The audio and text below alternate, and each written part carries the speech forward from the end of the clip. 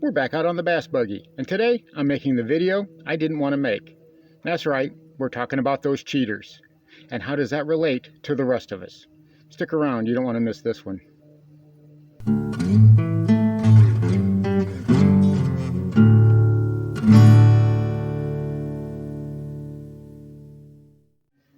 Welcome back to Lowbrow Fishing, and today is sort of a one-off special edition. With all the talk of the cheaters that got caught in Cleveland in that walleye tournament, and even my little micro channel has been getting blown up with questions about it. I'm sure the bigger channels are having a hard time just keeping the lid on it. Everybody wants to know, what's your take? What are we going to do next? What happens now? Well, tournament angling has had a bad rap for the past couple of years now, and with the advent of forward-facing sonar and watching guys paddle around in the middle of the water all staring at their screens, it hasn't been any fun. The pros, the anglers that are out there putting their necks on the line, the ones actually trying to make a living at this, they're the ones who are suffering the worst. You've got viewership going way down because nobody wants to watch a guy staring at a screen all day, while the cost of entry and the fees go way up. It's becoming harder and harder for these pros to justify entering the tournaments when they can barely even break even by cashing a $10,000 check. And now you've got these guys, Runyan and Cominsky. They're causing all kinds of kerfuffle in the fishing world. And your average person, they don't know that it's walleye. For them, it's all linked together. It's all pro fishing, it's all tournament angling. To them, it's all one and the same. So if tournament angling and if angling in general needed more of a black eye, here you go. These guys were rightly called out, and they're suffering the consequences for it. From what I understand, these two guys are actually under investigation from the Ohio State Fisheries and Parks Department, a state agency, for causing harm to these fish. And I think they've earned that. And that's not even the worst part. The worst part, quite possibly, is that these two jokers have been getting away with it for a long time. Now, any pro angler will tell you that over 20 years, if you have several wins, 4 or 5 wins in major tournaments, you're considered a real pro. That's a real strong success rate. If you can manage to put together back-to-back wins in tournaments in any given year, that is an incredible feat that very few people have accomplished. But if you put a string of wins together in a tournament season, eyebrows start to get raised and suspicions become aroused. And that's what these two guys did as they won tournament after tournament after tournament. And the rage and frustration finally boiled over. Now, you can see the video online of what happens to these guys as the fish are being filleted and those weights are shown to everybody.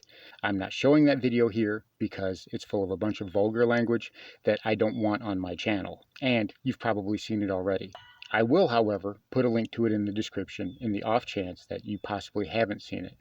So what does that mean for the future? Well, it means that tournament directors are going to have to take a hard look at their processes. You've got anglers that are very frustrated with the process already.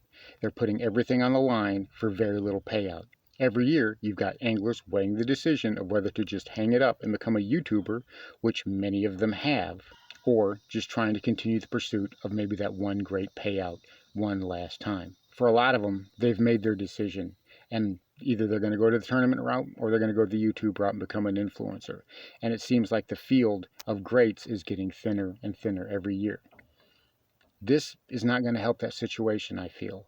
I feel that this is going to be a black eye for all of pro angling, that it's going to take years to get over, especially knowing that these guys were cheating and the tournament directors in this organization, I'm not familiar with them, I don't have any first-hand experience, I'm going to say that right off the bat, but from what I gather from everything that I've seen is that these two guys had been cheating for a while, the tournament director was keen to it, and they tried to do everything in the back room and keep it on the down low to save face. I don't know if that's true, I'll be honest. A lot of times rumors are just that, rumors, but if they do turn out to be true and that comes to the surface, that's going to compound everything and make it even that much worse. So where do we go from here? I don't know. What are we going to do? I don't know. I do know that tournament angling on any level, at any organization, whether it's walleye, muskie, pike, bass, catfish, even saltwater fishing, it all needs to take a hard look at itself and possibly reorganize. We are at a critical point where tournament angling, I feel, is at a crossroads. It's currently going downhill. Organizers and sponsors are raking it in. However, the anglers, I feel, are the ones that are being left out in the cold. They're putting everything on the line. They're spending thousands of dollars of their own money. And these guys are not NFL superstars. They are not independently wealthy. So these guys are still working second jobs, busting their backs, busting their humps, trying to put together enough money, taking it off of their dinner table from their family just so they can pursue their passion. And they're not getting supported by their organizations, and they're also not getting any reward. So if they don't cash a check for that tournament, that's clothes right off their kids' back and food right off the dinner table. Again, that's a choice they made. They know the consequences, but still, I feel something needs to be done about this. And I feel very strongly that this incident with Jacob Runyan and Chase Cominsky is going to reverberate for years to come. I think right now we're barely scratching the surface of what's going to happen. You know, I would not be surprised if sometime we see a congressional oversight committee. That's how big this is getting. It's on CNN, it's on NBC. I read it in the New York Post. I read it in the New York Times. You're seeing it everywhere. And this is just fishing. All eyes are on us right now, people. What we do next matters. How we handle this matters. Let's see if those in charge can make the right choices. That's all I got to say about this. Next time we're going to resume our regular broadcast with tips and tricks on the cheap.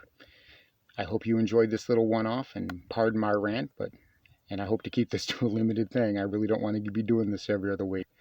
This is not intuitive angling with Randy Blockett. This is not intuitive angling of any kind. This is just a guy on a boat trying to teach you how to do things on the cheap. Next time around, we're going to get back to that. I've got some good tips and tricks that I have coming up for you, and I hope you enjoy them. Until then, thanks for watching Lowbrow Fishing. We'll see you in the next one.